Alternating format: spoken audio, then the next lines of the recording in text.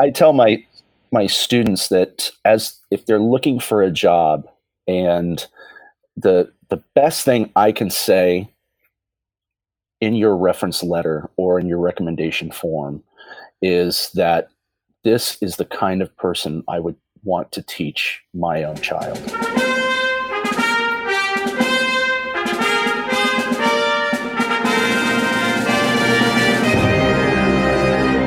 Hello, everyone. Welcome to Everything Band, a podcast that features conversations with composers, conductors, and performers of music for winds and percussion. My name is Mark Connor. I'm a composer and educator, and each week I have the good fortune to speak with and share the stories and wisdom of musicians and teachers in the band community. I'm thrilled to announce a new partnership between the Everything Band podcast and Kaleidoscope Adventures, a full-service tour company specializing in student group travel. With a former educator as its CEO, Kaleidoscope Adventures is dedicated to changing student lives through travel to over 40 destinations. They offer high-quality service and an attention to detail that comes from more than 25 years of student travel experience. Trust Kaleidoscope's outstanding staff to focus on your group's one-of-a-kind adventure so that you can focus on everything else. The Everything Band podcast is a proud member of the Music Teachers Development Podcast Network. The Muted Network provides support in the form of audio on-demand programming designed by and for music educators. You can find more information about our network at mutedpodcasts.com. Before we begin, I'd like to thank all of you for listening. I appreciate your time and hope that you are finding value from these interviews. I rely on word of mouth and social media to bring the show to new listeners. If you think you know one or two people who might find these interviews useful, please let them know about it. You can also help by following me and sharing posts on Facebook, Instagram, Twitter, and YouTube. Remember, help your students live up to the best that is in them through music. And now, on to my next guest, Michael Hudson. Hi, Michael. Good morning. So how are you? I'm well. How are you? I'm doing okay. Thanks for joining the show. Oh, thanks for having me. I'm looking forward to it. Michael, can you introduce yourself and tell the listeners what you're doing right now? Sure. I am an associate professor in music education at the University of Kentucky. I work with undergraduate students and graduate students, and also collaborate with my very good friend and colleague, George Bulletin, conducting the Symphony Band. Excellent. So, Michael, can you kind of tell the listeners about how you got your start in music? What was your childhood experience like, and sort of those early school years? Sure. I am the youngest in my family. I have three other siblings, and the age difference, the largest age difference between my brother and myself is 16 years. So by the time I got to middle school, I was pretty much like an only child because my siblings had moved on and graduated and were on to other things and getting married. So I was kind of by myself, and no one in my family was musical. Not to say that they couldn't, possibly, if it, been musicians at some point, but I wasn't exposed to piano lessons or anything really other than the radio. And I had quite an interest in sports, really enjoyed baseball. But there was one problem with that. I wasn't very good at it. So that was a little discouraging. And that was right around the time that I entered middle school. And when I was in middle school, they had an elective program called The Wheel. And in The Wheel, you would spend a couple of weeks in a different elective, giving you the opportunity to try it out and see what you might like to do when it was time to choose an elective. And one of those electives was band. And I didn't expect or have, I just thought, okay, I'm going to go to this class. I didn't expect that I was going to become, a musician or anything. But what really grabbed me was the teacher.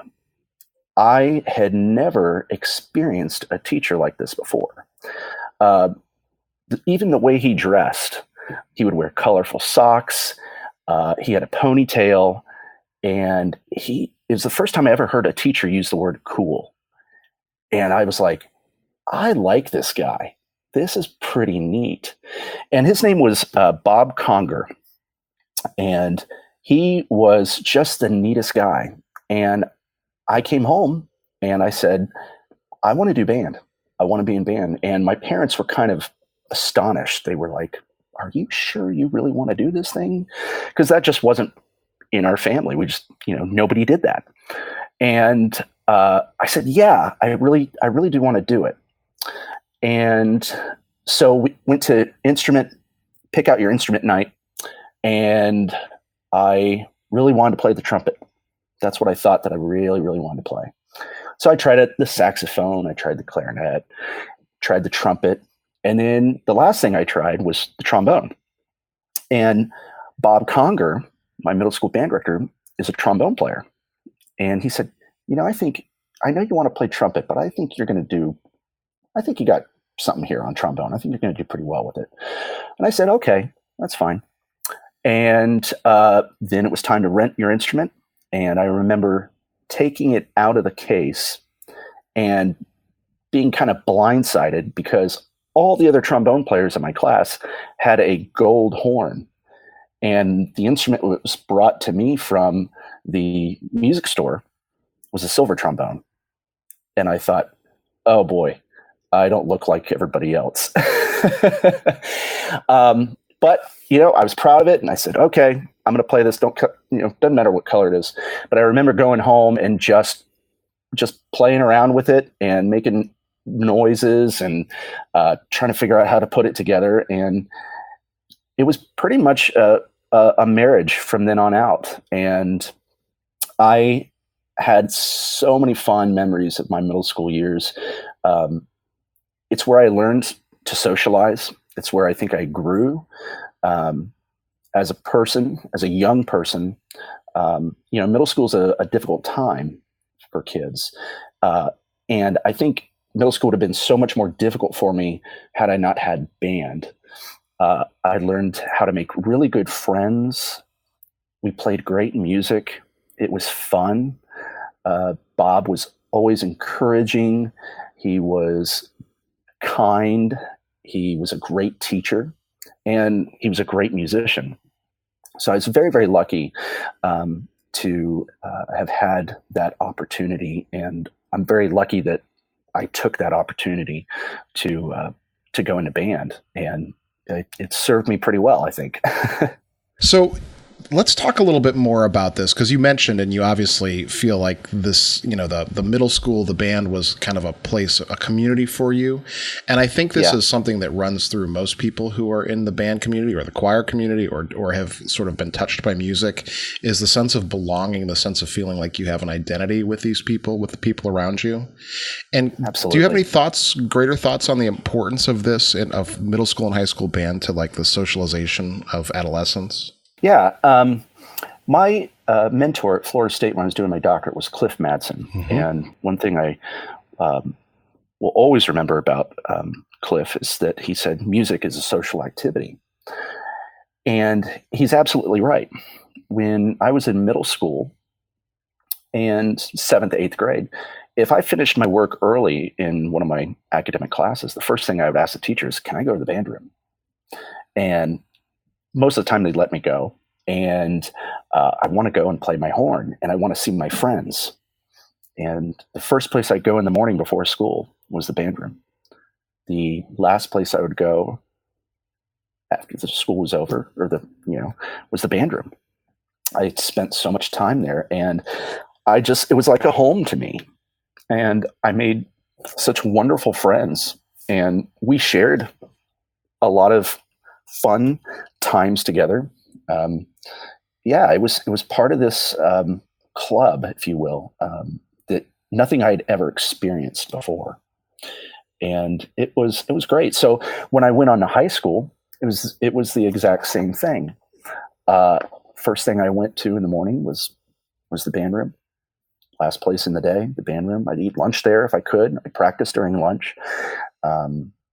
It's, so many happy memories of time, not even just playing my instrument, but just being around my friends and people who like to do what I do was a very positive thing in my life. And when I became a high school band director, it was really neat to see my students come into the band room in the morning before school, staying after school. And it was neat to see them do the things that I did when I was their age. And it really drove home how important the band room is, the music room, where we all want to come here and spend time together. And I think that's a very special thing. I think it's something when we look to sort of quantify the importance of music education and we look for, ways to advocate, we often forget that social aspect of it. But I don't know if it necessarily plays well with the folks with the money. Right. That's a very good point. So let's go backwards a little bit. So when was the moment? So that was middle school with Mr. Conger. I guess he's Dr. Conger now. Mm-hmm. Dr. Conger, yes. What was high school like, and what was the moment when you knew that you were going to be either a music teacher or a music performer, or you were going to go and get a degree? I was very fortunate to be accepted into what was called the Visual and Performing Arts program at Dr. Phillips High School in Orlando. And this was a new program, but I did pretty well in middle school band. I made the all-state band my 8th grade year, where I, for the first time, was conducted by somebody other than my band director. It was Dr. Bentley Shellahammer from Florida State. And that was such a powerful experience because I was with kids from all around the state who played really well. And it was, a way different band to play in. We played harder music than what I played in back home, and we played it really well. So that was a very powerful experience. And to see Dr. Shellahammer up there was inspiring. So I move on to high school, and again, I was very, very fortunate to have a great music educator in high school. His name was Tim Douglas, or is Tim Douglas. He's still with us. Tim was and is, a fine musician, and that had again another powerful impact on me. So I was lucky to be accepted into this program, and I delved just right into being in the band, and I wanted to play in everything and anything I could. Halfway through my freshman year, I was bumped up to the wind ensemble, and my goodness, that blew my mind. As a freshman, getting to play Incantation and Dance by John Barnes Chance was just the coolest thing that could ever happen. So that was another very positive thing. And Tim, I think, saw in me something, and he really encouraged me and fostered my interest in music. He would share, during that time, our band room, we had a record player, and he would pull out records and say, "Oh, listen to this orchestra," or "Hey, this is the Chicago Symphony. They've got a really good brass section. You need to listen to this." And that, again, he was fostering this interest in me that just kept growing and growing and growing. So in my time in high school, we got to play very good literature. Tim, as I said, is a very good musician, and he had a great understanding of the terrific literature that is out there for the wind band. And Tim's a good conductor. And I decided that I'd like to try and see what it's like to conduct in front of the band. I never had an interest in becoming a drum major. I had too much fun playing on the field. But as I was, developing this love for music and seeing conductors on TV, I thought, that looks like something I'd like to do. So in Florida, when you go to assessment, one of the opportunities that you have as a student is to be a student conductor, and they have a small list of repertoire that you can pick from for student conductors to prepare.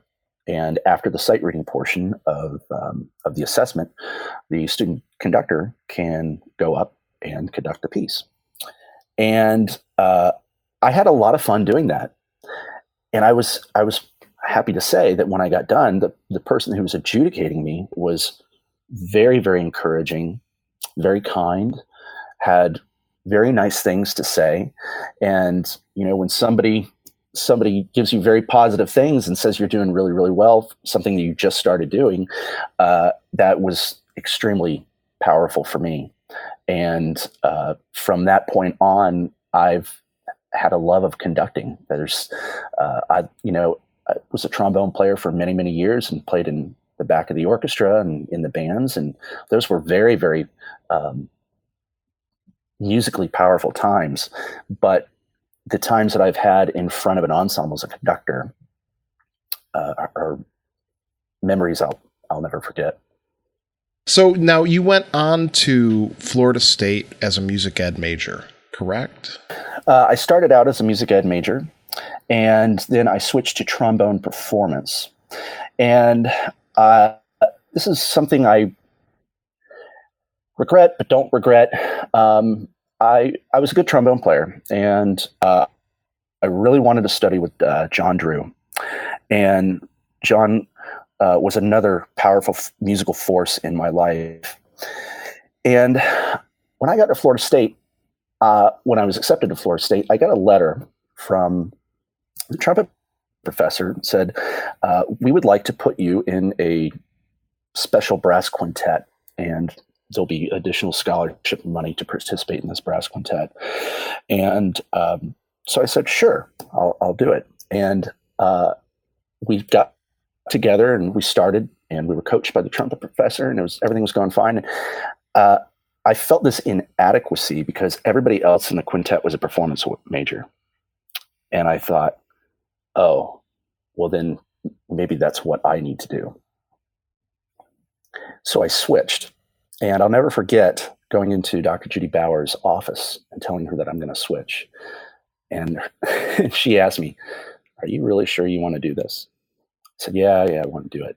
And it was selfish that the reason that I did it was because I felt I had to be like the other guys in the quintet. And that's not true. But at the time, I was immature and didn't realize. But on the other side of that opportunity was really quite incredible, because later on in my career at Florida State, I had the opportunity to travel abroad in their international program and spend an entire semester with the quintet in London, England, where we got to take lessons at the Royal Academy of Music. We got to interact with musicians, the London Symphony Orchestra. We got to take in a concert almost every night if we wanted to. So that was pretty meaningful to me. But as you know, I've come full circle, and I came back to really what my true love is teaching.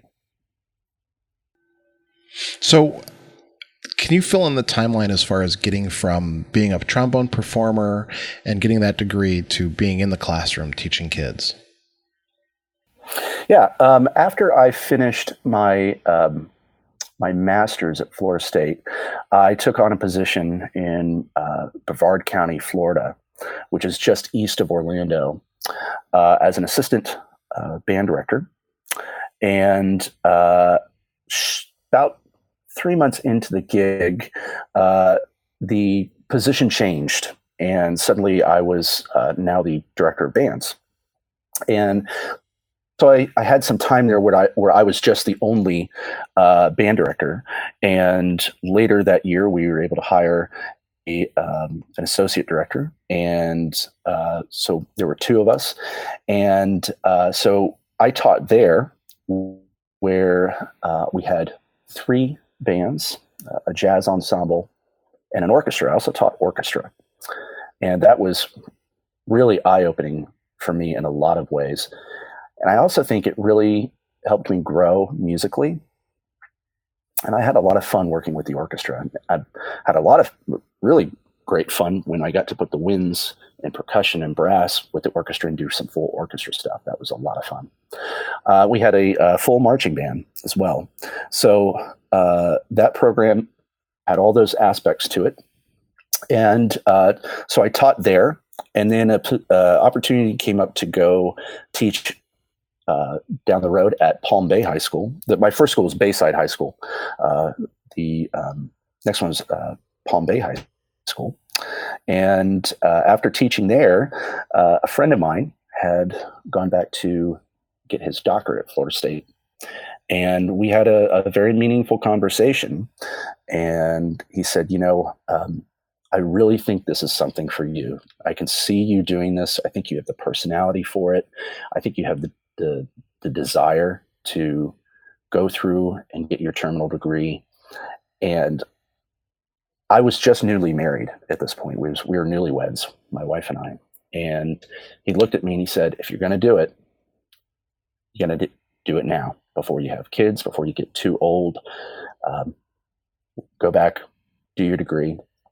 And so I had a long conversation with my wife, and we decided that's what we were going to do. So we moved to Tallahassee and started my doctorate. And in 2012, I graduated from Florida State under the mentorship of Cliff Madsen. So, Michael, you mentioned, before we talk about your postdoctoral stuff and your current position, you mentioned that you got your undergraduate degree in trombone performance. You had those amazing experiences in London and performing. So, what was the decision to go back into the classroom? And do you have any thoughts for those who might be thinking about that transition or who might have recently done that? Yeah, all of my friends were music ed majors. They were the people I hung out with. And, it was great to go to school where you have all these wonderful people who had the same experience as you did. And they said, I want to keep having that experience. I want to be in the band room. I want to teach. And I was very envious of them. And I thought that what they were doing was their passion. And I thought trombone was my passion, but as you know, as a performer, it's a tough gig out there. And I like people. I like to teach people. I always enjoyed teaching one-on-one. I always enjoyed teaching groups of people. And I felt comfortable doing it. I felt like I was, in the right skin by doing that.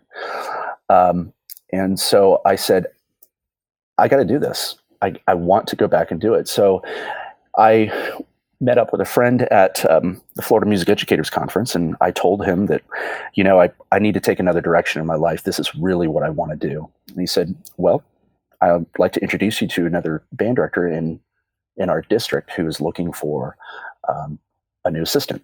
And we had a very nice lunch meeting. And he said, I'd like for you to come down and meet the band. And I'd like to introduce you to the principal. And so I took a couple days and went to the school, met with the students, worked with the students, and met with the principal. And before I left, I was offered the job. And, I was very lucky because it was because of my networking. It was because of a friend who helped me out, who introduced me to this person. And that this person was willing to listen to my friend and take a chance. And that was big. That started my career. That's really about putting yourself in serendipity and being in the right place, but also having the skills to be able to do those things when asked for. So you mentioned that, you were at the assistant director position, and then suddenly you were thrust into that head band director position. And so this idea of being able to assume responsibility that maybe you weren't ready for, what sort of thoughts do you have about being prepared and being ready to assume those responsibilities when you least expect it? I really drew upon my experience with my high school band director, Tim Douglas. There were so many things I respected about him. And one of them was that he was a cool and calm and collected guy. And I knew in high school that being a band director it's a job with a lot of responsibility. You have a lot of moving plates that you have to keep spinning. And one of those is dealing with parents. And watched Tim so wonderfully just deal with parents who might be a little upset or, not liking how things are going for their student. How parents can be sometimes, and he was so calming. And I really tried to take that with me. And so, even though I was in a new position fairly quickly, I tried to remain calm, level-headed, not to rush to a decision or judgment on the spot, but try to emulate how Tim would have done that. And he served as a really good role model for me. So I think that helped me quite a bit. Mm-hmm. Do you have any sort of examples of that, specific things? Well, when you're the new guy and the program had been taught by somebody else for a number of years, students are used to a certain way that things are done. And when you're the new person and you come in and you start to change things a little bit, to tailor them to how you teach, to how you believe philosophically the program should be run, sometimes you get pushback. And not only from students, but you get pushback from parents as well. And I was young, and parents, when they're older than the teacher, sometimes they feel that they might have more influence over you. So it pushed me to be much better in conflict resolution. And it could be, emotions run high on Friday night when there's the football game and the marching band. There's a lot of moving parts, and if things aren't communicated correctly, things can happen. People get frustrated. But if I could be the same role model in front of my students that my high school band was for me, I think that my ability to deal with parents was strengthened. Yeah, that was always a challenge for me when I was a young high school director. And as I was leaving my job, I got dressed down by a parent in the parking lot of a music festival on our way out, telling me that they were happy I was leaving. And so those kind of things can happen because parents, to the parents, their children are the most important thing in the world. And I mentioned Absolutely. This with Darcy Williams last week on the show. And do you have anything safe you can share, an anecdote about dealing with a parent that maybe you learned from that you could spare another music educator from? Sure. I had one particular parent I'll never forget, and as music educators, there will always be one or two parents that you're never going to forget, and that's part of the gig. But I do remember this one particular parent, and she refused to take no for an answer, and really thought that whatever idea she would propose is what needed to happen. And so I felt that this mother who was imposing herself on the program and on my directing the program was not right. And I had to learn very quickly how to deal with that and not make her mad. And that was pretty hard to do. A very strong personality, which is the opposite of me. I'm not a strong personality person. I'm a pretty quiet person, and she was not flexible in working with me, and many times threatened to take her child out of the program. And I think that's not a nice thing to do, is to put your own child in the middle or using them as a threat to remove from your program. And that just did not sit well with me. So I had my principal get involved, And the principal was very supportive of the program. He was very supportive of me. And he was willing to take a chance on me, which I really appreciated. But I sought his counsel on dealing with this parent. And he was fantastic in helping me navigate this challenging situation with this parent. And eventually, a few years later, a new school was built down the road, and they took their child and went to the new school and then began to do the same thing to the new director that she did to me. So unfortunately, she became somebody else's problem. But my advice is that when dealing with a situation like I just described, involving your administration is the best course of action, I think, because your administration should be there to have your back. Yeah, we hope. Yeah, they should be. Anyway, we need to get to the to the rest of the story here. And so sure. After you finished your doctorate, you moved to the University of Kentucky? Yes, I during the course of my doctorate, as all doctoral students do, I began applying for higher ed positions. And one of those that came up was instrumental music ed professor at the University of Kentucky. And I applied for the position and was fortunate to be brought to campus. And I showed up on a beautiful spring day, and the campus was just beautiful. Things were blooming. It wasn't hot like Florida was. It was cool and just a beautiful spring day. And the interview went very well. And I, as I'm going through the interview, I'm thinking I can see myself in a place like this. And after the interview, I was offered the position, and I took it. And in 2012, my wife and I moved to Lexington, and we have been here ever since. And it has been a terrific experience. So now, can you remind me what you teach at Kentucky? Yeah, I work with undergraduate music education majors, instrumental music education majors. I teach courses in introduction to music education. I teach conducting.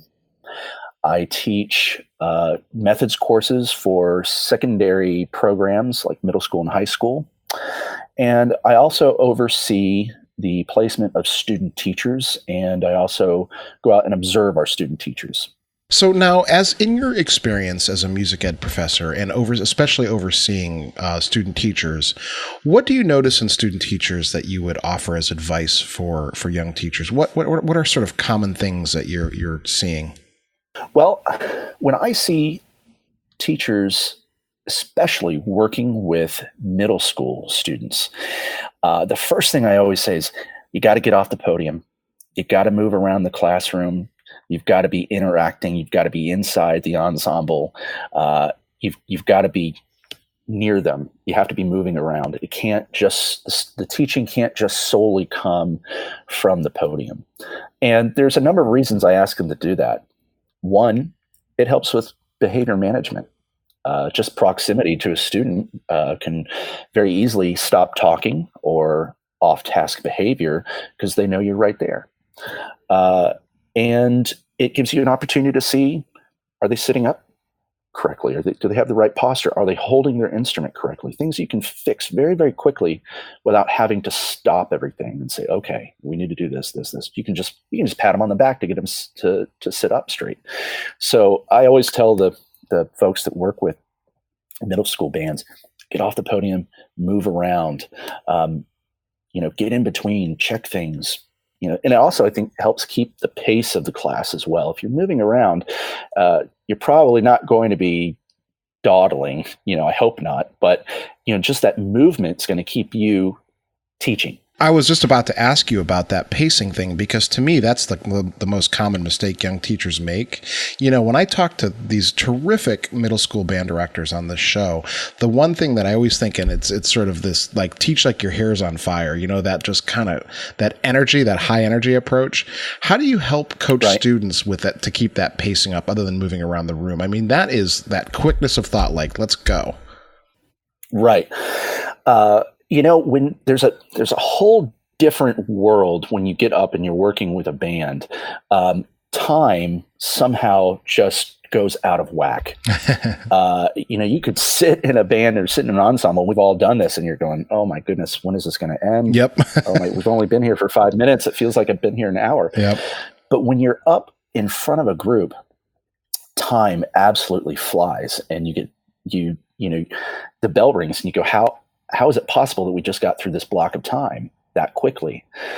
So I encourage students to, we all have phones and they all have alarms or timers on them, is to keep that on the stand. Or if you have a interactive watch, like an Apple Watch, set a timer for yourself, maybe for 5 minutes for this particular part of the lesson you're going to do, and keep yourself honest and move on to the next thing.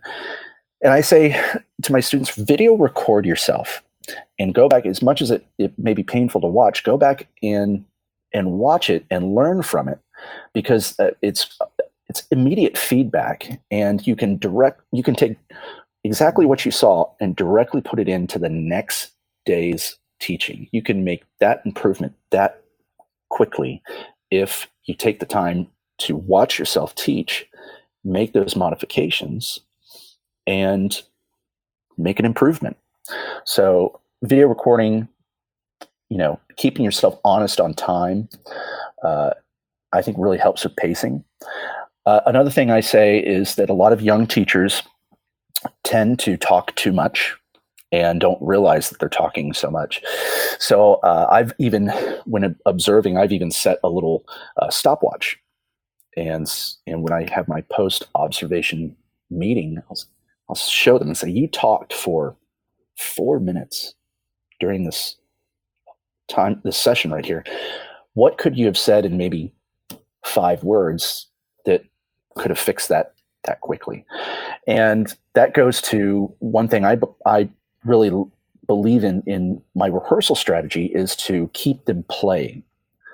I think the more you can play and the less that I talk, even better. And if I can give you some direction, we need to stop and I need to talk, then I need to focus on being specific and giving you specific directions that are clear and understandable. And then we go back to playing, because they're there to play. They want to play their instruments. And if you give them space, they're going to start to think they can ask questions. Yeah. Not that questions are bad, but the questions can lead to more questions. And I think every teacher's been in that situation when they're young, when the questions spiral out of control. Especially, I teach really small children, 4th and 5th graders. And so even with experience, there are moments when it's like, okay, I see what's going on here. Yep. You give them just a little bit of rope, and then they take the whole thing. Well, this is a good thought. So, this idea of time flying. What about in a beginner class when the material? I mean, sometimes I find this, and I'm teaching the beginners, and we have 3 notes, and we have 40 minutes. And so, how do you help young teachers spin that out? This is a particular challenge. Yeah. I think this is a great opportunity to incorporate one of our standards, which is composing and improvisation, and allowing the kids to have some freedom of creativity with maybe the 4 or 5 notes that you're only working on that day. And those are 2 things that teachers are a little afraid of, is composing and improvisation. And I've found that people don't like to improvise in front of others because they don't want to be wrong, whatever wrong is. But there is there's kind of a fear about that. And I'm kind of speaking really from my own experience. I mean, when I first was teaching, trying to improv was something that was just not comfortable for me. Now I've become much more comfortable with it over my teaching career, but at first it was a little uncomfortable. But giving the students the opportunity to create a song, compose something, improvise based on even if it's just a few notes that you're using, I think keeps their interest, and it gives them some ownership of the lesson. So how about conducting? What are you doing now as far as a conductor? I collaborate with my good friend and colleague, George Bolden, who's Associate Director of Bands. George is a former high school band director and taught in Florida and came to Kentucky to do the marching band, and then became the Associate Director of Bands. And when I got here, he immediately saw that I craved a musical outlet, and specifically a musical outlet with our students. And so he invited me to conduct the symphony band, and it's really been a great marriage over these years because George and I philosophically are on the same page. We have the same philosophy when it comes to the repertoire that we pick and why we pick it and what we put in front of our students. And so it's just been great. And so I conduct on every concert now, and I'm so fortunate and so lucky that I've been given this opportunity. I look forward to it every rehearsal. And it's especially meaningful to see my students, my music ed students in the ensemble, see me doing what they're going to do someday. Be in front of a band, play good music, and have fun. So that's been fantastic. Another thing I do here is I serve as the director of a program called New Horizons.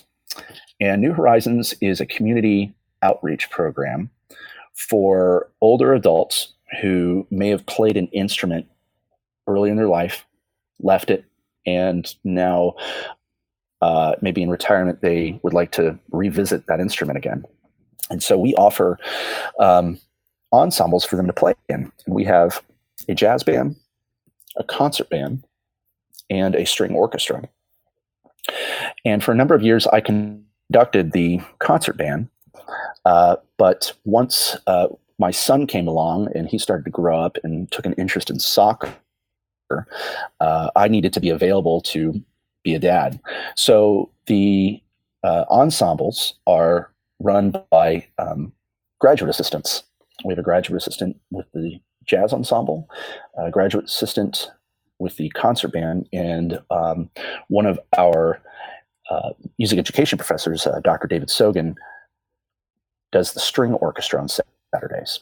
And so it's been a great program because our music ed students come in, they get opportunities to teach, they get opportunities to play secondary instruments in the ensembles, and they get the opportunity to interact with community members, many of whom are alumni from UK. And so it's been really good. Mm-hmm. Yeah. And so how about finally, what about hard-earned lessons about being a conductor or band director that you'd like to share? One thing I learned early on, and sometimes I still struggle with this as a conductor, is the amount of negative self-talk that we have with ourselves when maybe something doesn't go right, or you missed a meter change, or you completely said the wrong thing when you're trying to talk to the French horns, but it's really the trumpet line. Negative self-talk can be very detrimental. So I've learned that, it's okay to make a mistake. You will make mistakes, and to learn from them rather than beat ourselves down, because it's very easy to do that. So negative talk is no good at all. And what's going to happen is what's going to happen. Will you learn from that mistake and make it better? Well, I hope so. That's what we should be doing. And I wish I had learned to have more fun on the podium earlier on, because I was very critical of myself, and I still find myself uh, at times being too critical. And I have to say, just let it go, have fun. And I think the best thing I can do is to show my students that I'm up here having a great time. This show has gone back and forth over the years with the imposter syndrome idea. And, as a composer, I certainly feel that I have my own anxiety issues as far as being a composer and even doing the show. Sometimes I feel like I don't necessarily know, I'm talking to all these people who've accomplished such amazing things, and I sort of can be very humbling sometimes. And so this idea of self-doubt, it can become so insidious if we're not careful. Absolutely. Yeah. Absolutely. It's certainly something that I deal with. And so it's really good to hear from people. And one of the reasons why I do this show is I think it's important for people to hear this from people. Everyone struggles with things. Everyone has these moments where they don't feel like they're good at something. Yeah. And it's especially true in the creative arts and in music. We can be pretty hard on ourselves. All right, Michael. So where do you draw the line between healthy and unhealthy competition in music? Well, there's natural competition in music, isn't there? We always want to be better. We're always wanting to get the first chair. And I don't think that's necessarily a bad thing. I mean, it's competition that compels us to want to constantly improve. And as I said, I don't think that's necessarily a bad thing. When does it become a unhealthy thing? I think it becomes unhealthy when you have abandoned the music. And what I mean by that is that the end goal isn't the music itself, but it's the fact that you're going to win or not win. And I think that if we're not motivated by the music, how will our students be motivated? And there's intrinsic motivation and extrinsic motivation. You're going to have both of those when it comes to competition. But I always thought that it was the band director, and I think this is what I got from my high school band director, was that the music comes first, and it's the love of the music, it's the passion for the music, and it's the aesthetic experience of the music is what we hope is motivating the band director and the students as well. The first thing a great music educator needs to be is a great musician. And if you're a great musician, you're going to motivate your students musically in a positive way. And if we influence our students negatively, then the importance of the music is lost. So I have no problem with there being competition in music, just as long as it's motivated in the right way. So, Michael, one of the things that teachers struggle with, and it's because we love what we do. Generally, music is the kind of thing we do it because we love it. And how do music educators, and how did you find a work-life balance in your career as a music educator? Well, that's very difficult. I'm married to a music educator. My wife is a middle school orchestra teacher here in Lexington. So even though I have left the office and I've gone home, my life partner does what I do. And so it's very easy to get back into the subject of what we do. When we first got married, and I was a high school band director, we would go out with our friends who were other music teachers. And what would we do? We would talk about band, orchestra, teaching. And she said, we're never away from it. And I said, yeah, you're right. We just talk about it all the time. So I try to find a balance of trying to leave work at work and have home be home. Sometimes I struggle with that because I got behind on answering email or finishing, some score study or finishing a paper.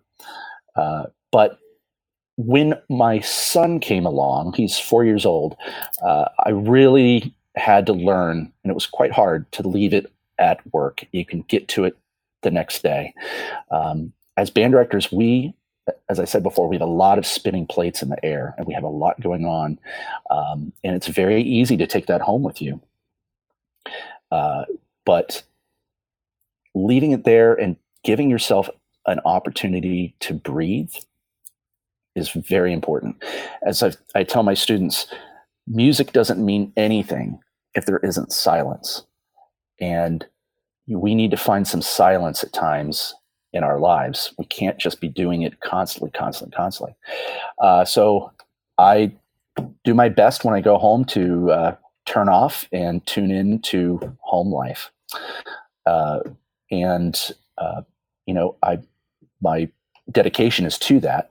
And so when it's 5:00, it's time for me to get out of here and go pick up my son to daycare and go to the park and make dinner and have a nice evening together. And before, that was kind of difficult because you're thinking all the time. We're striving to be our best. We're trying to get organized. We need to get to things. And we need to give ourselves some silence. Michael, this is a big question. What are the challenges facing music education and band, and how can we best meet them? Well, certainly, and this hasn't changed and probably won't, but we face challenges from people that don't understand what we do. They don't understand the positive things that come out of being in a band program. And so that's why I think everybody should be involved in band, choir, orchestra. If they could just see the wonderful things that one gets out of that experience, not just making music, but as we talked before, the socialization. It teaches you to be organized. It teaches you time management. It teaches you to work with other people. And it's challenging when people don't understand that. And, when I wanted to go into band, my parents were like, "Are you sure you want to do that?" And now they see that it did wonders for me. So I think a challenge is to get more people involved, get more kids involved. I never believed in turning away a student. I had kids that would come in 9th, 10th grade and say, I was in band in middle school. I didn't like it, but now I want to do it again. Is there a place for me? Absolutely. There's always a place for you in my program. I had orchestra kids who said, I'd really like to play a wind instrument and be in the marching band. Can I do that? Absolutely. You can absolutely do it. I'm going to put you with this student. I'm going to get you an instrument. They're going to teach you some basics, and I'm going to alter the parts for you so that it's not too challenging. But they saw that the band kids were having fun. They wanted to be a part of that too. So I think just a challenge is just trying to get more people involved. Michael, if I could give you a time machine and set the date to the day of your high school graduation, what would you tell your 18-year-old self that day? I would have told myself to be patient, be kind to yourself, and be a better listener. I don't necessarily mean be a better listener when it comes to music, but be a better listener when others are sharing advice with you. If you had a choice, what would be the final work for wind ensemble or band that you would conduct, and why? Wow, that is quite the question. I love band music. I love orchestra music. I love choir music. I'm particularly drawn to band because that is what I do. And there's so much wonderful good quality music out there.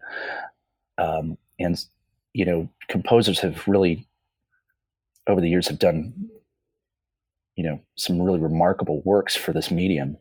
And I've had the opportunity to conduct and play them.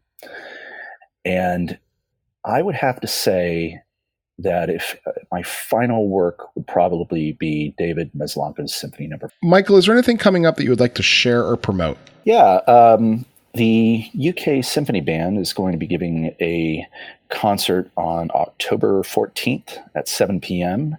And I believe there should be a live stream of that concert, and would love to share it with your listeners. Finally, Michael, how can people get in touch with you?